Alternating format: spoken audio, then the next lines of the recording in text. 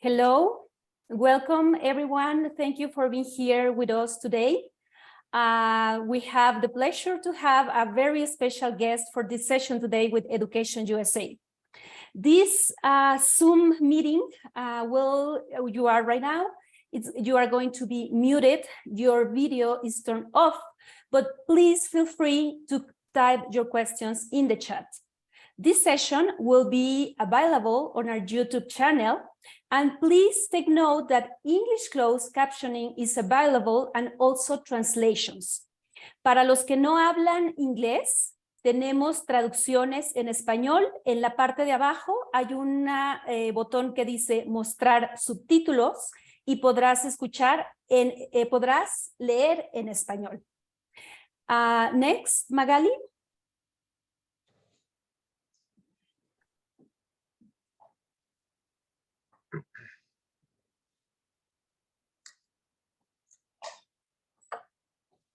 Okay, so here we go. We are going to have a very special interview with five-time Super Bowl champion, Charles Haley, and he will be talking about football for success. Next, thank you, Charles, for being with us. And I'm going to, before going to the interview, I'm going to very briefly talk about what we do.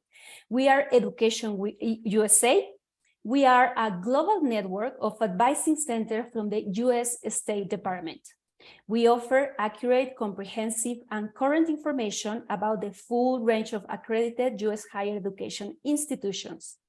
And all our services are free. So if you want to study in the United States, we are your official source. Next.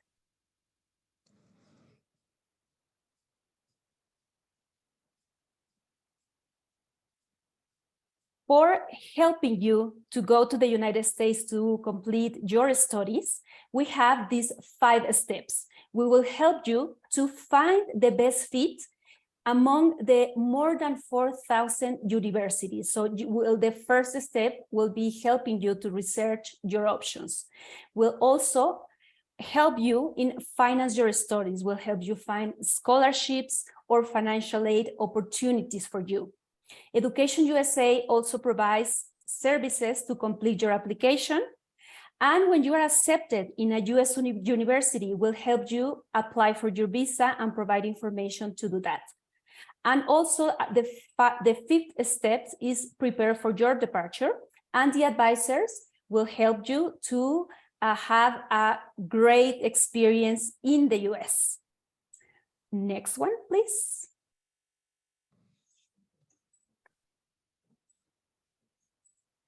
So I'm going to introduce you Mr. Charles Haley. Charles Haley joined the San Francisco 49ers in 1986 as the team's 4th-round draft pick. He developed into one of the NFL's most devastating pass rushers during a career split between the 49ers and the Dallas Cowboys. He is the first player in NFL history to win 5 Super Bowls. 2 with the 49ers before his trade to Dallas, and 3 more with the Cowboys. Haley suffered a serious back injury in 1996 that limited him to just 5 games and retired after undergoing surgery. After 2 years, he resigned with the 49ers as a backup defensive end for 2 playoff games in 1998. He came back to play 1 final season in 1999. When he walked away for the final time, Haley had accumulated 100.5 sacks during his 169-game career.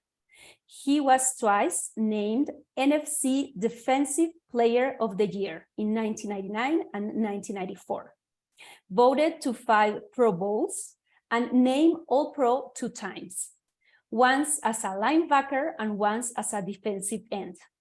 He played in 6 NFC Championship games over a 7-season period.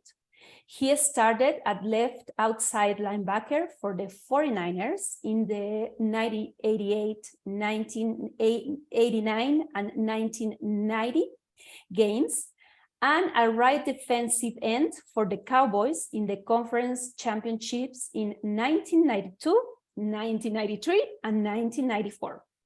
Haley was a member of 10 division championship teams during his 12-season NFL career. So, Charles, it's a pleasure to have us with you. We are very excited, so you can share your experiences with students, Mexican students that, of course, dream of watching an NFL play or meeting an NFL player.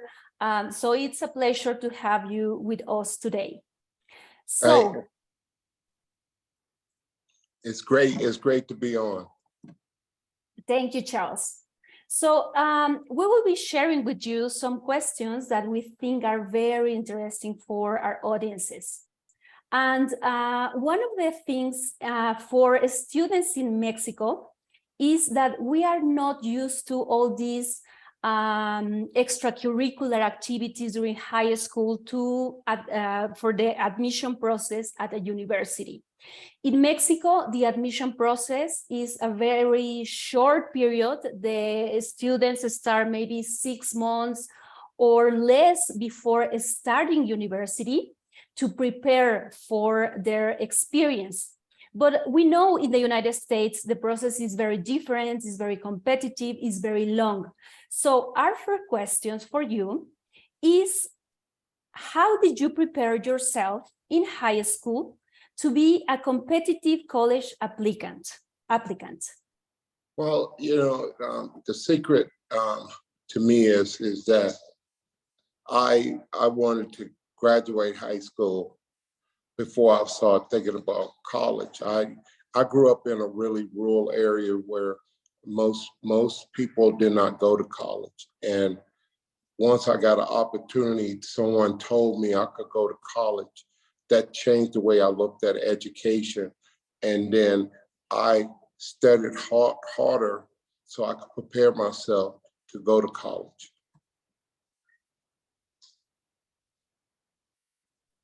Thank you. And this is something that also students don't know. In Mexico, you can attend private universities or public universities that also are very affordable for students.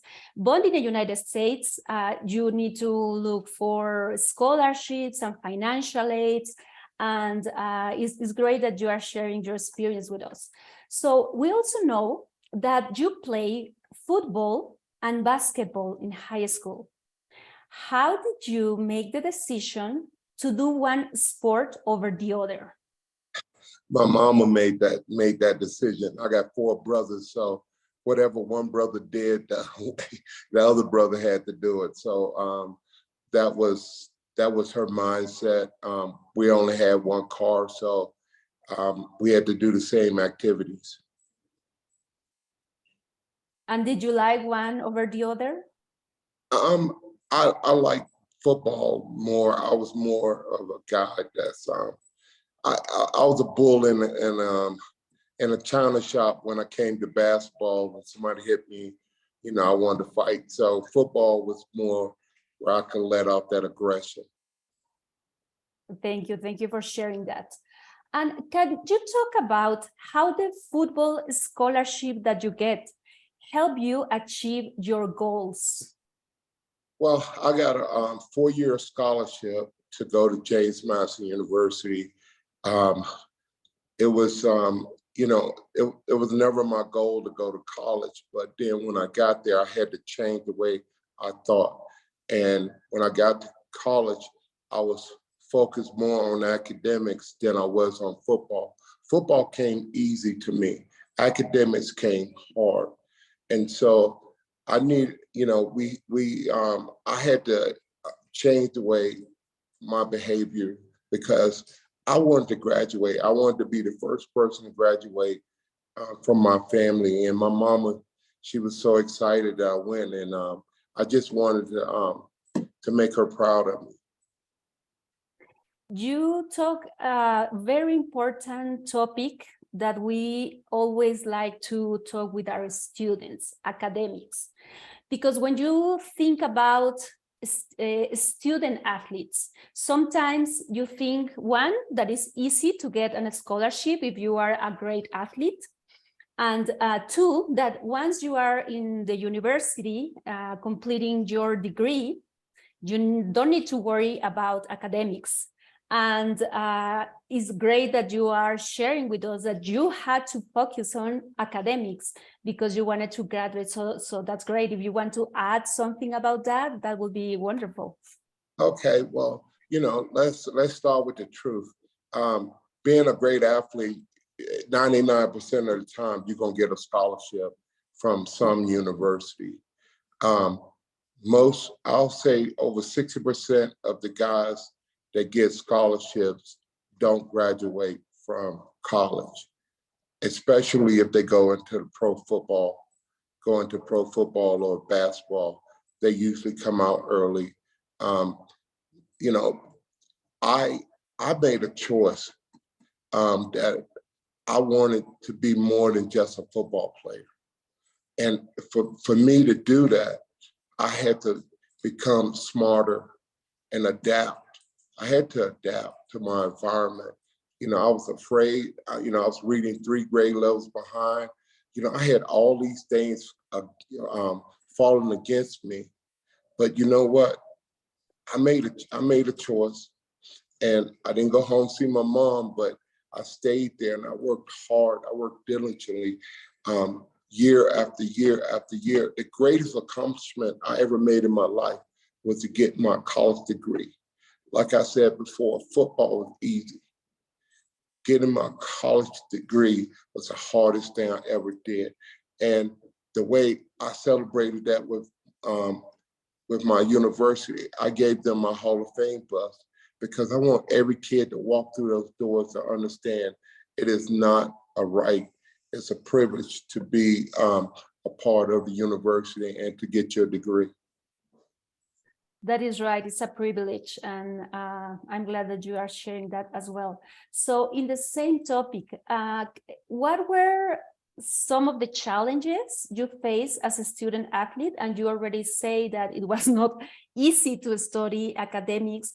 But maybe you can also share with us if there were like some support from your teachers, or if there is something that you wanted to share that it was a challenge and during your studies, and how did you overcome those challenges?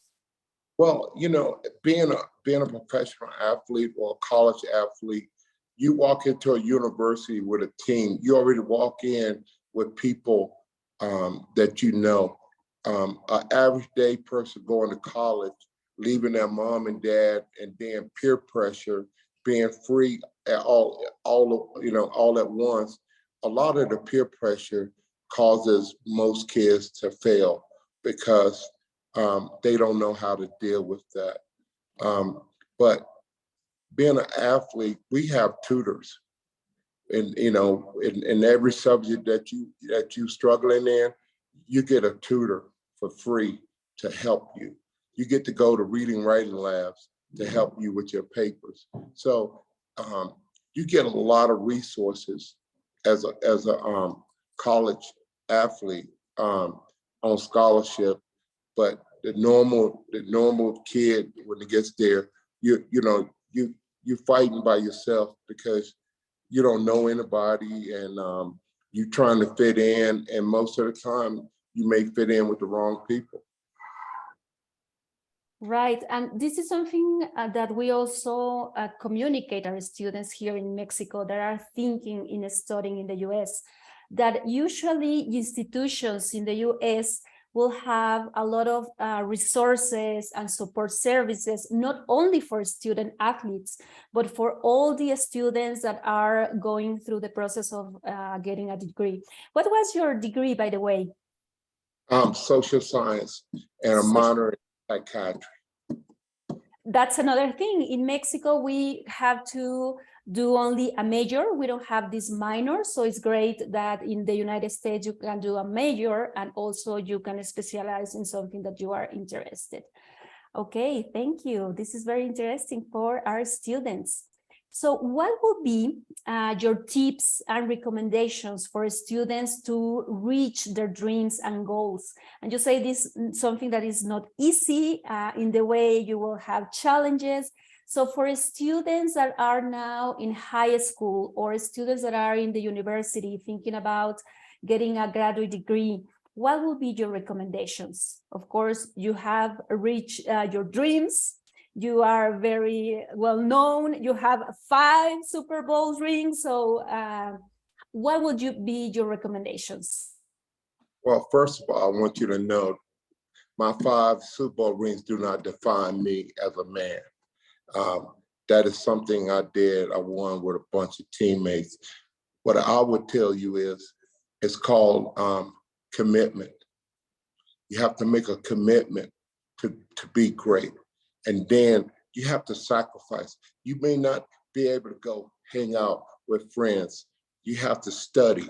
You have to go to the library. You have to find a quiet place in order to fulfill your dreams. You know, dreams, and I was very ambitious. I wanted it so bad. I could taste it, but yet it wasn't within my reach. But when I did reach it, I held on to it because it was something that I wanted so bad. So if you go to college and you truly want to get a college degree, then you would fight. You would fight with all your heart to get it. And it's not going to be easy. You're going to stumble along the way, but you got to get up. You got to find a way to get up. You got to find a way to keep moving. Remember, the moment you stop your feet, everybody else passes you. So keep moving no matter what. Keep moving no matter what. I love this say that you just shared. And I will invite the students that are here in the Zoom link and the students that are also watching us in Facebook Live. If you have any questions for Charles, please share them with us. We have more questions for him, but please feel free also to share your own questions.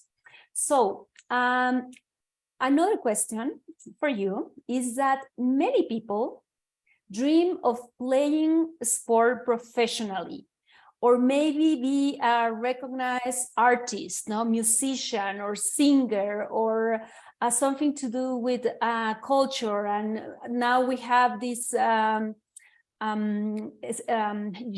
people that wants to be recognized in social media. So what is one thing that surprised you once you made it to the NFL?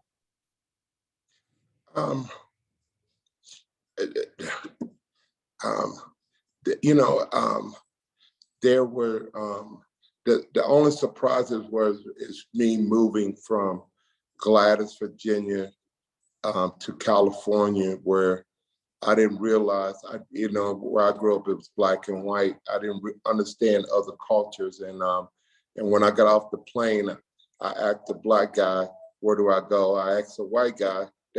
They all spoke different languages, and it frightened me because I couldn't understand that, and so that was the biggest hurdle.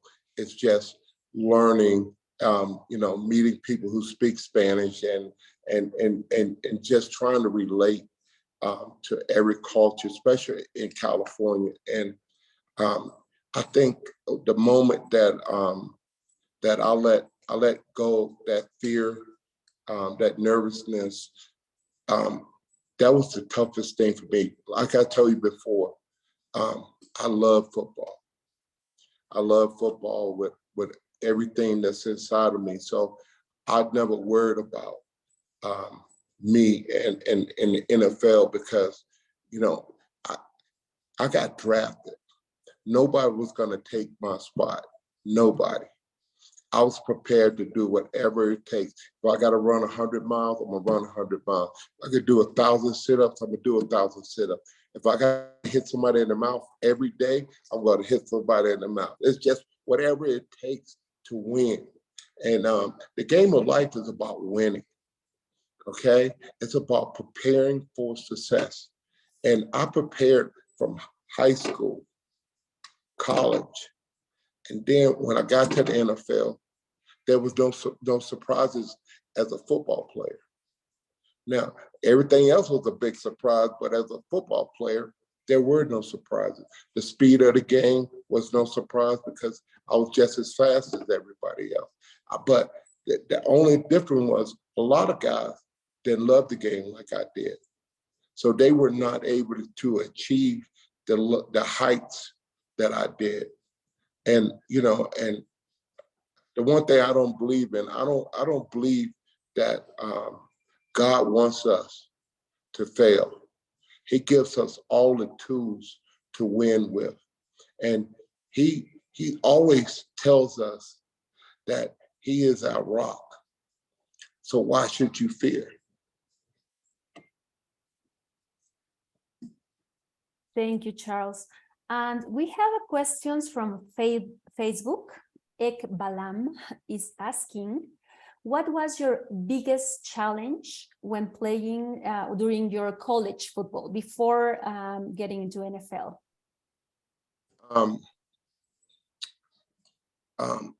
Making friends. I'm an introvert, and I always used to stay by myself. You know, and the reason why that was is because I have a mental illness. I'm bipolar, and I didn't want to be around people because I didn't want them to know the pain that I was going through.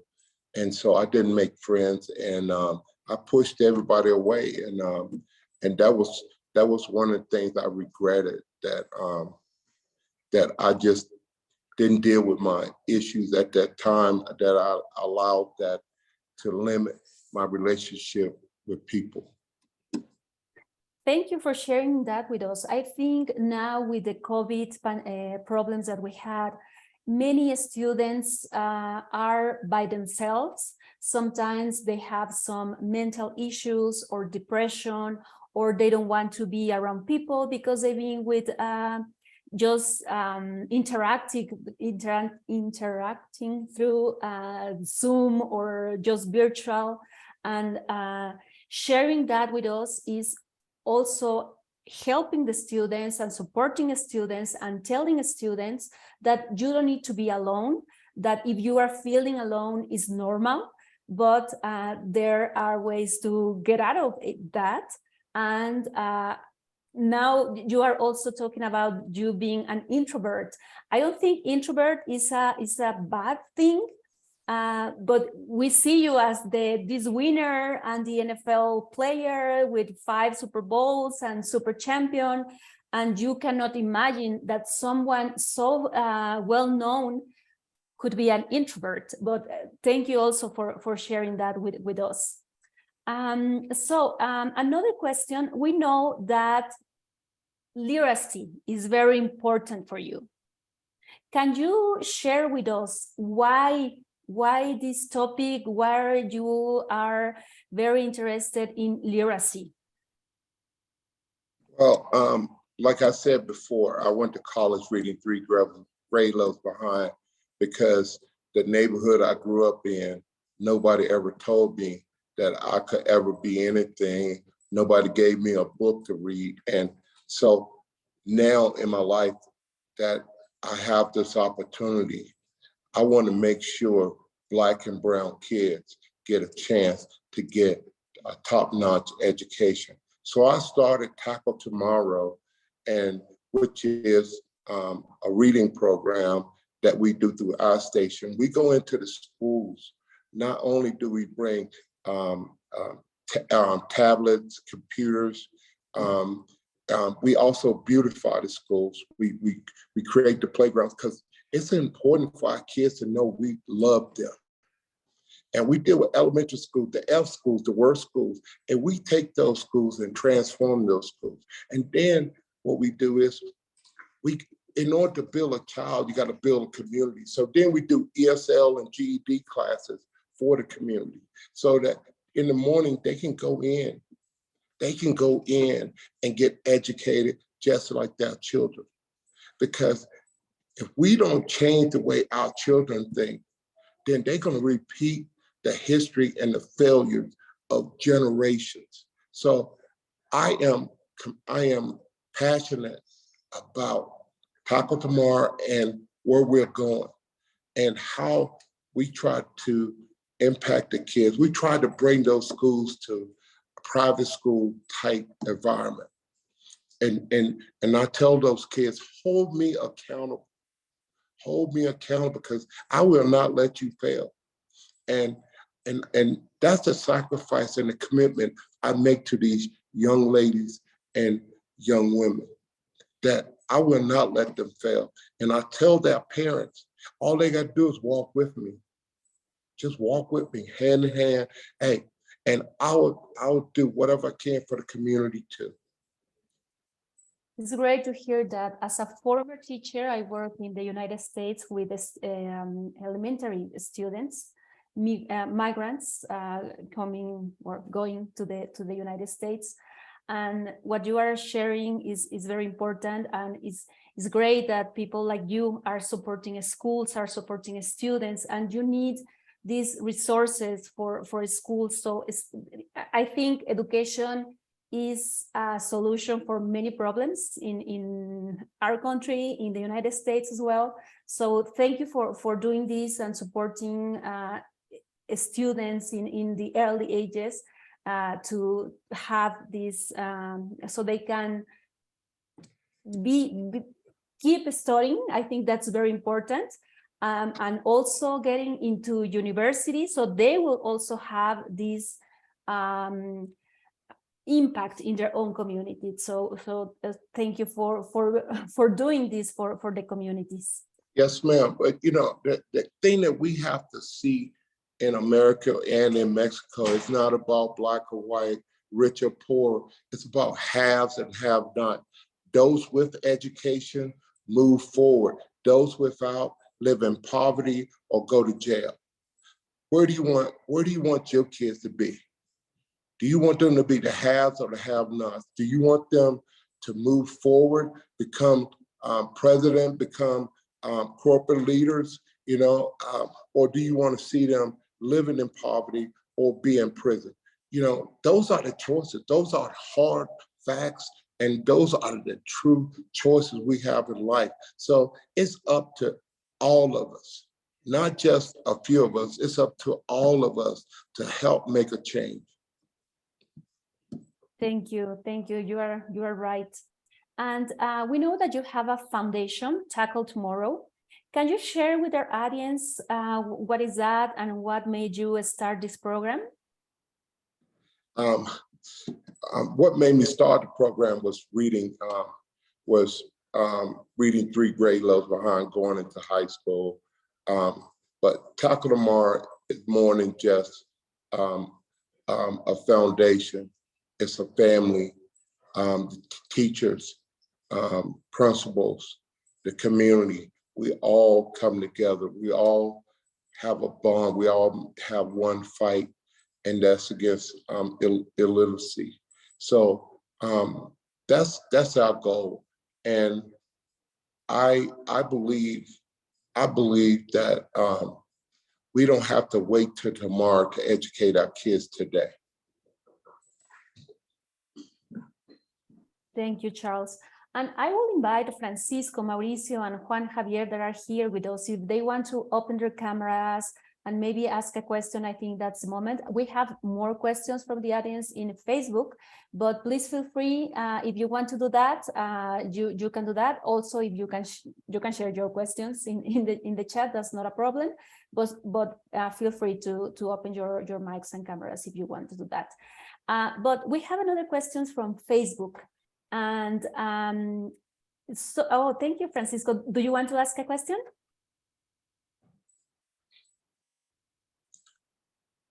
I don't know if that's a yes or no. I think thumbs up is a yes. And I think you Sorry, can. sorry. Yes, yes, perfect. It's just I can find the mic. But first of all, I want to thank you for sharing with us all your experience and all the things you learned going through the way of being successful person. So thanks for sharing with us. And we just want to hear you and learn about how do you do to go through all the things about being an athlete and about being a professional player on the NFL. So I want to say again, thank you for being with us and thank you for sharing all the experience. Well, thank you, sir. And we have a question from Facebook. This lady, Edith, says, sometimes it is hard to keep up the motivation, and even harder when we are alone in a foreign country. What will be your advice to keep the focus and motivation? Is there anyone or anywhere that we can reach to if we feel bad or depressed? Do you have an answer for that? I think they have call centers for that. But, even if they don't have it, then seek help. What I tell people is I found one thing to live for. I had 99 other things to die for, but I found one thing to live for. And that's what I tell people. Find that one thing to live for. So when all those other things come in your head to die for, you can lean on that one thing. And so I went years without getting help. But then I realized the moment that I said I had a mental illness is the moment that I accept that I had a mental illness. A lot of people want to use bipolar. Bipolar is a mental illness. Hey, and you have to seek help and medication.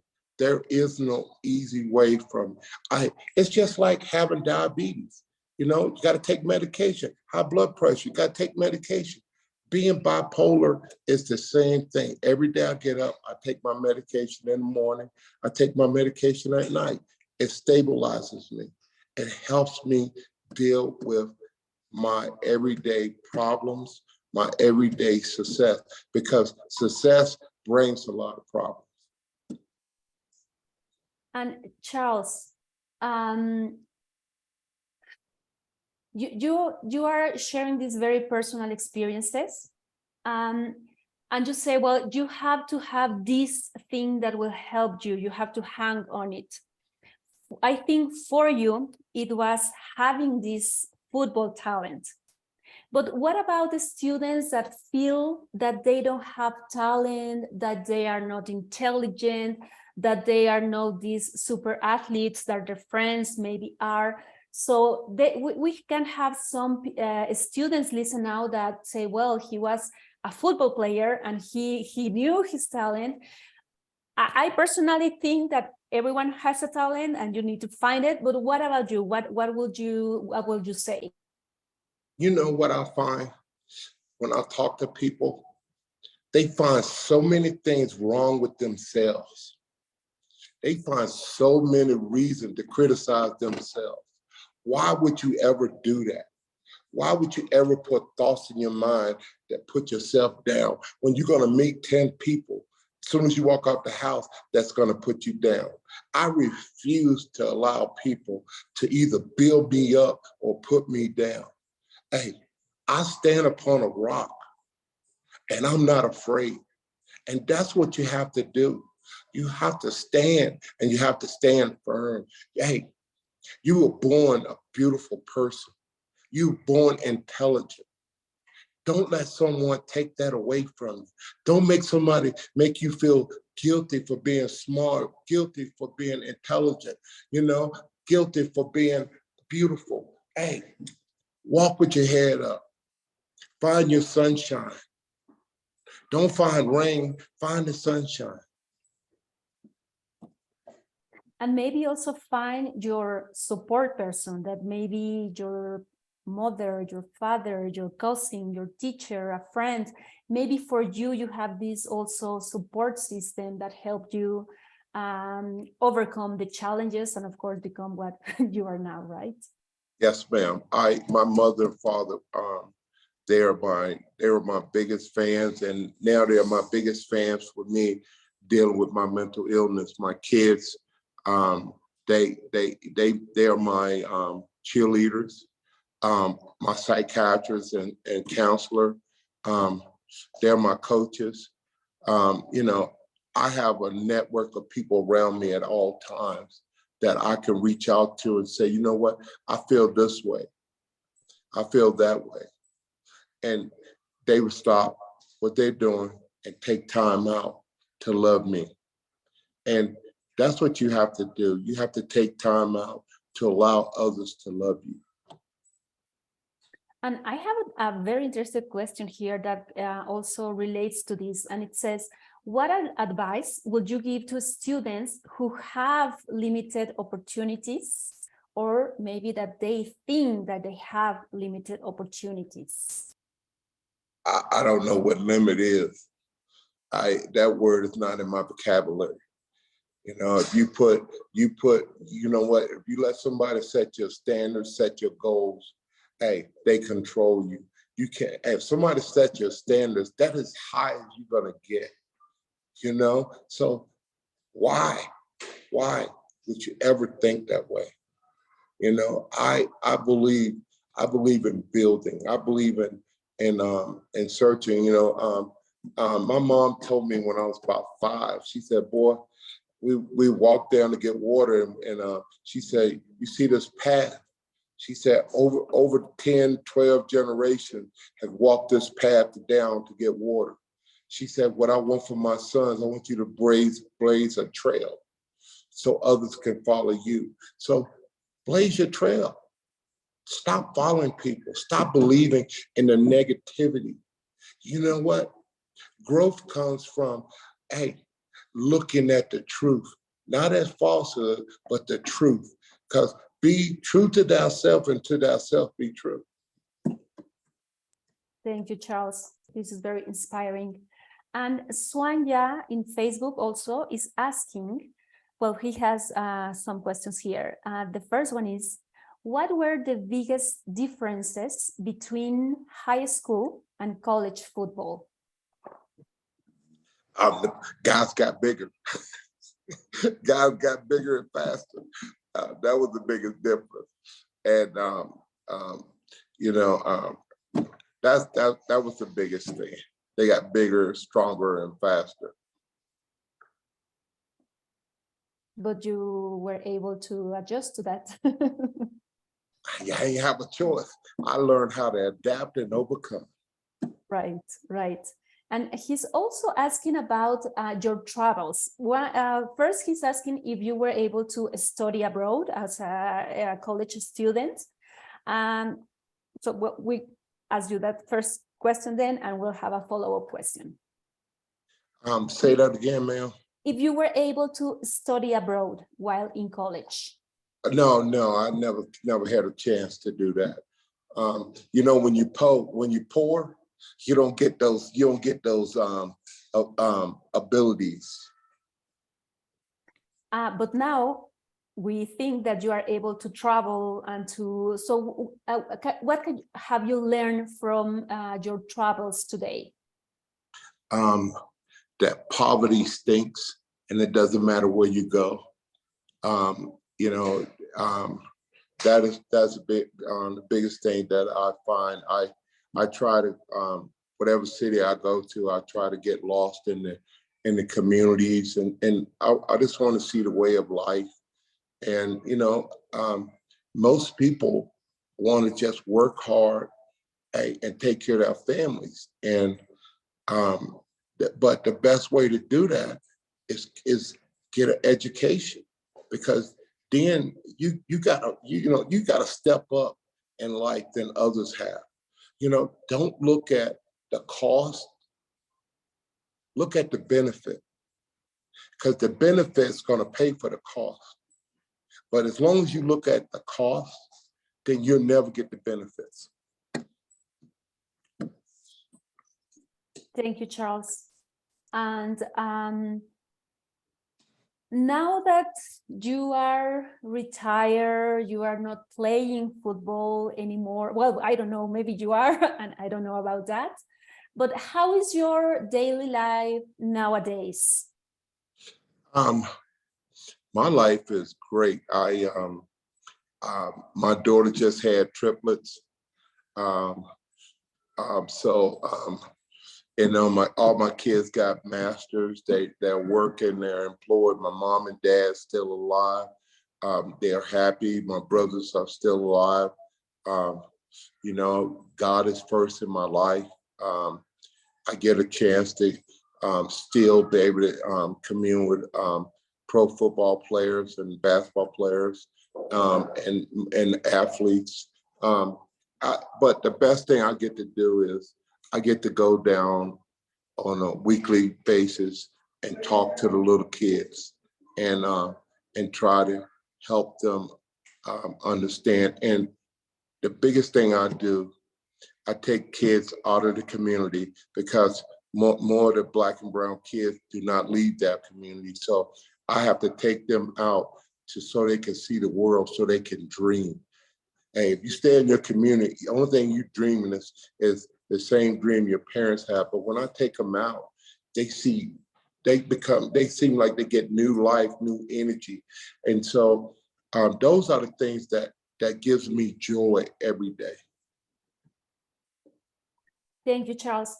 And did you miss playing football? I guess when you were a professional football player, you have somebody asked how many hours did you practice every day when you were an NFL player? It was, of course, a routine that was very hard. And can you talk about that? Did you miss that? How did you adjust to retiring and not doing this hard exercise? And like I said, when you come into the league, when you come into the season, you come in shape. You practice 3 hours, then you go eat, and then you have to go to study hall for 2 hours, and then you have to go to classes in the morning, and they send people around to make sure you go to class. It's tiring at times. But the reward is the games, winning the games, and then having the ability to see yourself make A's when you never thought that you would have even an opportunity to explore a college, but seeing yourself make an A, make a B in classes that you never thought you would be able to take. can you describe to us the feeling of winning a Super Bowl? Whew. I don't think I've ever been able to do that. It's most people don't understand when I try to tell them is that for me, it took me 3 days before I realized or became aware that I won the Super Bowl, and the excitement comes. When you're in the moment, it's hard to express that joy, but 3 days later, I'm going like, damn, I did something good. Okay, I think we are almost getting ready to end our session today. But before we go, what will be your last tips or advice that you will give to Mexican students?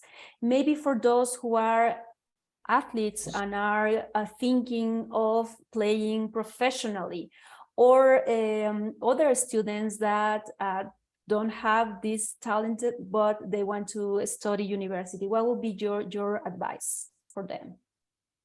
My advice is to take one step at a time, to enjoy every moment and prepare for today and let tomorrow prepare for itself. I believe that the journey that I've taken in my life, God has put it before me. And sometimes I think that I was the one that did it, but he always humbles me, and he doesn't crush me, but he brings it down to my knees so I can understand that somebody else is in charge. So a lot of times for most kids, parents are in charge and they don't want to listen. Your parents have your best interest at heart. A coach only cares about winning, okay? Those that love you the most are the ones we hurt the most. So stop hurting the ones you love and start loving the ones that love you the most. Thank you, Charles. That was beautiful. And it was a great time with you, sharing all your experiences and challenges and tips for our students. I don't know if anyone here in the Zoom would like to add anything else. Maybe some final words. Donnie, I don't know if you wanted to say something before we go to our ending. And also thank you all the people that are listening in Facebook Live. And yeah, thank you very much. So yeah, we just have a message in the chat from Donnie. Thank you. We really appreciate doing this for our students that are listening right now. So Magali, if you can share our last screen, and just thank you everyone for being here, and we will share the next one. Yeah, the way to contact us. If one of your dreams is to study in the United States, please contact us. Take a screenshot, send us a message, send us an email. We will help you. We will find the best fit for you. So thank you, all of you that are here with us today in Facebook and in the Zoom link.